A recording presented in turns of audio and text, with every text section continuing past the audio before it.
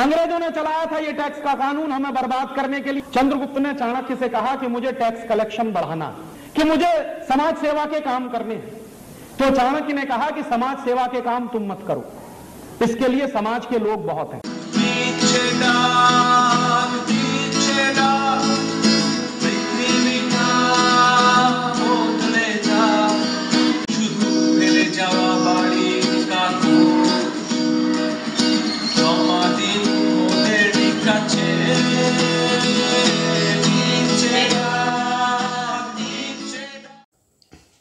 एक प्रश्न इतिहास से है कि देश चलाने के लिए आदमी मारना पड़ता है ना आदमी मारने के लिए देश चलाना पड़ता है। ये क्वेश्चन समझ में आने के लिए हम फिर से करते हैं। देश चलाने के लिए आदमी मारना पड़ता है ना आदमी मारने के लिए देश चलाना पड़ता है। अगर आप इतिहास से कुछ ना सीखें, माने स्टालिन से आपने कुछ ना सीखा हो, लेनिन से आपने कुछ ना सीखा हो, माओ जेडुंग से कुछ ना सीखा हो, हिटलर से कुछ ना सीखा हो, मुसोलिनी से कुछ ना सीखा हो, और सबसे बाद में आपने राजीव दीक्षित से कुछ ना सीखा हो। राजीव दीक्षित है कौन? ये रामदेव के भी गुरु थे एवं वो बोलने के लिए बहुत फेमस थे। जिनको देश के बारे में मालूम हो, इतिहास के बारे में मालूम हो, चाणक्य के बारे में मालूम हो, तो वो तो अच्छा बोलेंगे। खुद भी शायद फिजिसिस्ट थे and a very educated man. ये क्या बोल रहे हैं टैक्स के बारे में? चंद्रगुप्त मौर्य के टाइम हमारा देश सोने की चिड़िया कहा जाता था। आप भी नहीं जन्मे थे, हम भी नहीं जन्मे थे, इसलिए हमको नहीं मालूम। इतिहास से ही हमको लेसन लेना पड़ेगा। तो चाणक्य ने कहा जो आपको देश सेवा करने का जरूरत नहीं है, राजा को देश सेवा करने का कोई जरूरत नहीं है। राजा अपना ऐसा कुछ काम करे जिससे देश में खुशहाली हो, तो लोग बाग ऐसे ही बिजनेस बढ़ा लेंगे जो अभी है नहीं। अभी ऐसा राजा है, माने राजा तो नहीं है, जमींदार भी नहीं है, इलेक्टेड आदमी है। मैंने आपके वोट और मेरे वोट से हम लोगों ने ऐसे आदमी को सिलेक्ट किया है जहाँ का वातावरण में हिंदू मुस्लिम है, दंगेज हैं, पुलवामा है, डिमोनिटाइजेशन है, एक के बाद एक हमारे देश के ट्रेडर्स लोग रास्ते में उतर रहे हैं बिकॉज ऑफ जीएसटी।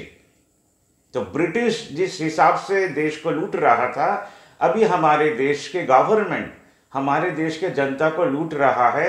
यही क्वेश्चन हमने पहले किया था कि देश को चलाने के लिए आदमी मारना पड़ेगा ना आदमी मारने के लिए देश चलाना पड़ेगा, क्योंकि हमारे देश में किसी को भी देश चलाना नहीं आता। आप इसको समझने के लिए एक फुटबॉल का मैच समझ लीजिए। जो आदमी प्रैक्टिस करता हो वही अच्छा फुटबॉलर बन सकता है अगर कोच के अंडर में उसको कोचिंग ठीक तरह मिले। कोई क्रिकेटर भी अच्छा क्रिकेटर तभी बनता है जब वो प्रैक्टिस करता है, प्रैक्टिस करता है, प्रैक्टिस करता है। कहते हैं 5% टैलेंट होता है, 95% प्रैक्टिस करने के बाद आप उसको अप्लाई कर सकते हैं। बट देश चलाने के लिए कोई टैलेंट ही नहीं होता है, क्योंकि पार्टी ऑफिस में बैठकर जो लोग इलेक्टेड होकर आते हैं वो एक ऑर्गेनाइज सिस्टम से आते हैं। आप और हम कल जाके प्राइम मिनिस्टर नहीं बन सकते, क्योंकि जिस आदमी ने पोस्टर लगाया था दीवार में वो अगर हमारे देश के prime minister, chief minister, MP, MLA बन गए तो हमारे देश का क्या होगा? सत्यानाश ही होगा। सिर्फ हमारे देश में एक इंसान था जिन्होंने चाणक्य का बात सुना, वो हिंदू नहीं था, गुलाम बख्शी था जम्मू एंड कश्मीर में। तो चाणक्य की इस फिलॉसफी को कब का इस देश में लागू किया गया होता? वो व्यक्ति था गुलाम बख्शी। उसने कहा मैक्सिमम 10% इसके ऊपर नहीं जाना। उसका 300 गुना ज्यादा दूसरे साल में कलेक्ट हुआ। ये भी हमको मालूम नहीं था। हम देख रहे थे जो टैक्स एक्चुअली होना कितना चाहिए। इसके सबसे बड़ा उनका नाम था गुलाम बख्शी और उसके बाद नरेश जैन, हम खुद। अब हम आपको एग्जाम्पल दे कैसे हमने एक कंपनी का सेल 8 टाइम्स नहीं 9 टाइम्स के करीब बढ़ा दिया था। जब इन्होंने इंटरव्यू लिया, हमको टारगेट दिया था 5 लाख, और एक प्रोडक्ट था जिसको बोलते हैं प्रीपेस का पॉजिटिव, उसको हम लोग बेचते थे 10 से 14 रुपया स्क्वायर इंच। तब के ज़माने में हम 2000 का बात कर रहे हैं। तो हमने देखा 7 दिन काम कर कर जो लोग बाग ऊपर बैठे रहते हैं, सेल्स के आदमी भी नीचे बैठे रहते हैं, और वो 3 से 5 लाख के अंदर ही हैप्पी थे। तो हमने उनको पूछा अगर आप चीज़ का दाम 40% कमाते हो तो आपका सेल 8 टाइम बढ़ सकता है, क्योंकि आपके प्रोडक्शन में टाइम है, हमारे पास टाइम है, आपके पास टाइम है। तो आपका इनकम बढ़ाना चाहते हैं, ना कि ज़्यादा दाम देकर आप कंपनी का सत्यानाश करना चाहते हैं। तो हमको सेल्स मैनेजर रख के फ़ायदा ही क्या होगा। उन्होंने एग्री किया, 10 रुपये का चीज़ हमने 6 रुपये स्क्वायर इंच में बेचना शुरू किया और हमारा सेल 5 लाख से जाके 24 लाख तक पहुंचा। तो हमारे देश के गवर्नमेंट को बोलेंगे आप कहाँ से रेवड़ी देंगे, हम पीएम को बोल रहे हैं आप कहाँ से रेवड़ी देंगे, पैसा तो आपका है नहीं, आप खुद देश के जनता से सैलरी लेते हैं, देश के जनता के पैसे से सेकंड पार्लियामेंट बना रहे हैं, जाके फर्स्ट पार्लियामेंट में ही आप लोग डिबेट नहीं कर पाते हैं हर पार्टी को लेकर।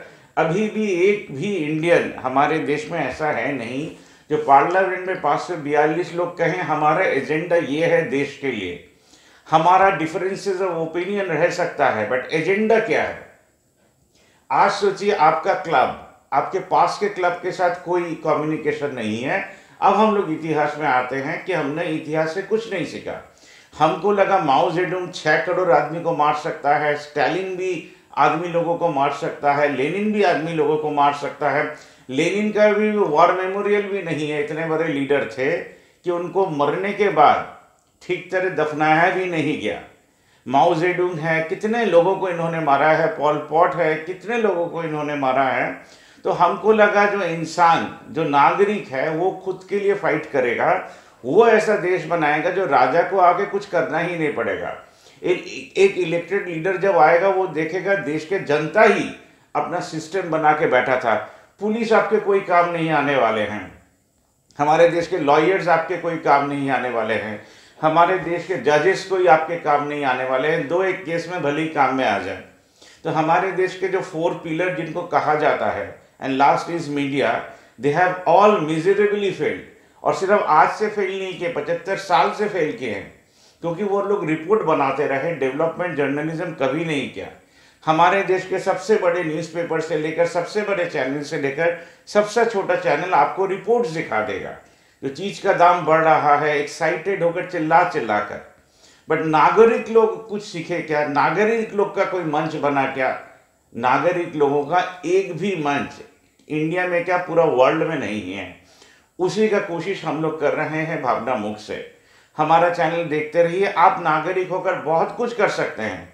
आज हम उसके बारे में कुछ भी नहीं बोल रहे हैं, सिर्फ मेरा नंबर डिस्प्ले कर रहे हैं। अगर आप लोग चाहते हैं जो हम लोग भी कुछ करें नागरिक होकर, महीने में एक दिन सिर्फ 3 घंटा आपको देना है। अगर आप इसके लिए राजी हैं तो आपको ये टैक्स सिस्टम, पुलिस इतना लेके सोचना नहीं पड़ेगा, क्योंकि आप ही एक नया देश बना सकते हैं। इसके लिए करोड़ों आदमी नहीं चाहिए, 2-3 हज़ार आदमी एक जगह एक हो तो वो मॉडल हो सकते हैं। वो मॉडल हो के हमको दिखाना है इंडिया को, तो देखिए ऐसा भी देश चल सकता था। हर घर सोलर हो सकता था, हर घर में सोलर कुकर बैठ सकता था, हर 10 आदमी फैमिली एक होकर हर चीज़ का दाम 10 गुना कमा सकता था। और कैसे रोटेशन इकोनॉमी करने के बाद हमारा देश खुशहाल हो सकता है।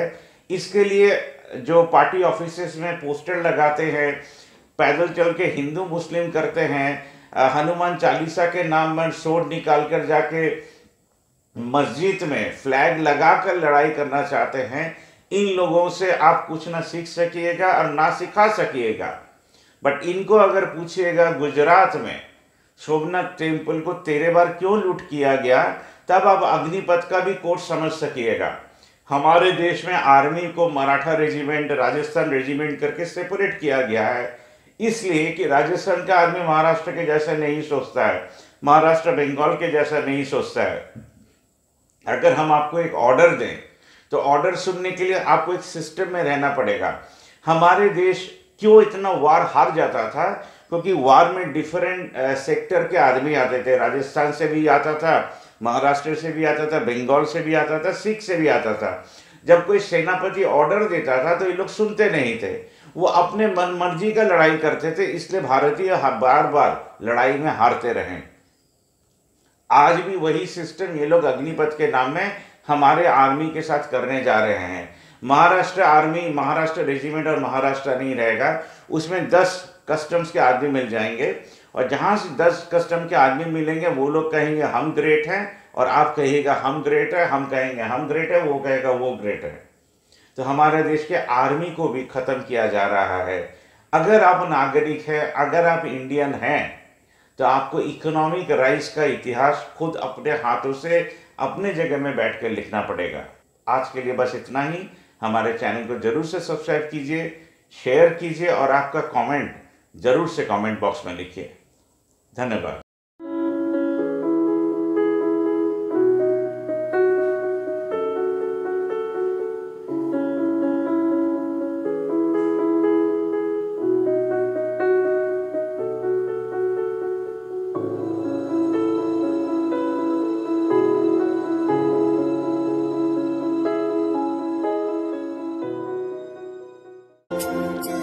दीवारें ऊंची हैं, गलियां है तंग, लंबी जगर है पर हिम्मत है संग।